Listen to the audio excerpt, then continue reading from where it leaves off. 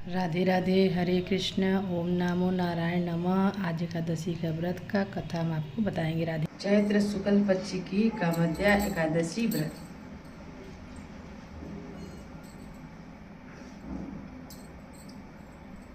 इतनी कथा सुन महाराज युधिष्ठिर ने कहा, भगवान आपको कोटि धन्यवाद जो आपने हमें ऐसी सर्वधर्म व्रत की कथा सुनाई, मगर इससे हमारी जिज्ञासा बढ़ती है और बार बार यही इच्छा होती है कि और भी आगे की सुंदरता कथाओं को सुने। हे महाप्रभु, चैत्र शुक्ल एकादशी का क्या नाम है और क्या महात्मा है, कृपा कहिए। पांडुनंदन ने इस प्रकार धर्म युक्ति विनती विचारों को सुनकर भगवान श्री कृष्ण ने कहा, हे राजन, यह प्रश्न महाराज दिलीप ने अपने गुरु महर्षि वशिष्ठ से किया था। उन्होंने जो कथा उन्हें सुनाई थी वही तुम्हारे सम्मुख प्रकाश करते हैं। राजन, चैत्र शुक्ल पक्ष एकादशी का नाम कामदा एकादशी है। इसका व्रत करने वाला महान पापों से छूट जाता है। यह एकादशी अत्यंत पुण्य को देने वाले, पापों को नष्ट करने वाले और संतान को देने वाले। सुनो, तुम्हें एक प्राचीन अज्ञान सुनाते हैं। एक नगर का नाम भोगीपुर था और वह महान ऐश्वर्य से संपन्न भी था। वहाँ पर यक्ष और गंधर्व का निवास था। राजा का नाम पुंडरीक था। राजा सभा में नित्य ही गानवाद हुआ करता था। उसी राज्य में ललित नाम का एक गंधर्व अत्यंत ही सुंदर ऐश्वर्यशाली था। उसकी स्त्री का नाम ललिता था। वह दोनों प्रेम पूर्वक अपना जीवन व्यतीत करते थे। एक दिन ललिता राज दरबार में गा रहा था, मगर किसी कारणवश ललिता नहीं थी। अस्तुत उसका ध्यान गाने में चूक गया। चुगलखोरों की बन आई। उन्होंने राजा के एक एक कर चार लगाकर उसे क्रोधित कर दिया। राजा ने अत्यंत क्रोध कर कहा, दुष्ट, तू राक्षस हो जा। राजा के श्राप से ललित तुरंत ही राक्षस हो गया। उसका शरीर महान, विशाल और भयंकर हो गया। हाथ पांव एकदम कुरूप और भंडोल हो गए। यह खबर ललिता के पास पहुंची तो वह बहुत दुखी हुई, मगर क्या कर सकती। रोती पीटती अपने पति के साथ वह भी निकल गई।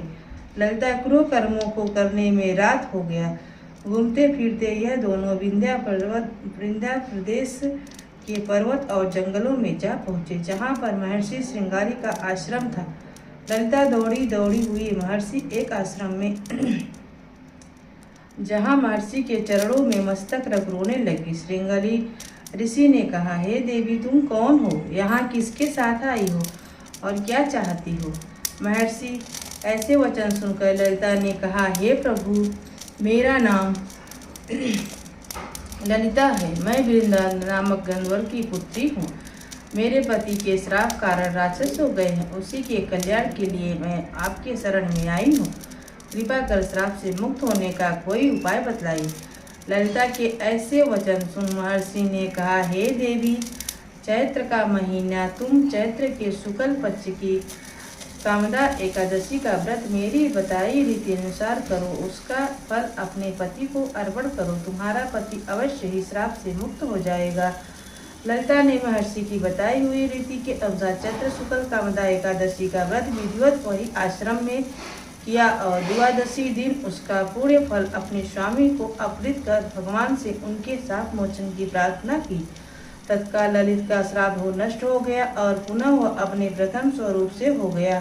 तब दिव्य विमान पर सवार हो दोनों प्रसन्नतापूर्वक अपने नगर को गए। अस्तु, यह कामदा नामक एकादशी का व्रत महान अश्य फल को देने वाला और पापों को नष्ट करने वाला है। ब्रह्मा हत्या इत्यादि महान पापों को करने वाले महान पापी भी कामद्या एकादशी का व्रत कर पाप से मुक्त हो जाते हैं। इसे कथा के कहने से या सुनने से वाजपेय यज्ञ करने का फल प्राप्त होता है। ओम नारायण नमः।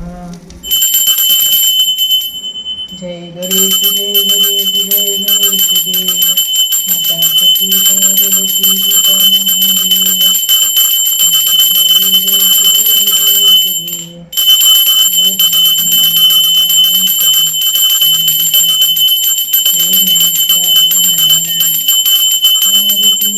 बिहारी की गिरधर कृष्ण मुरारी। हरे की भारती सुंदरी नारी की निर्धर के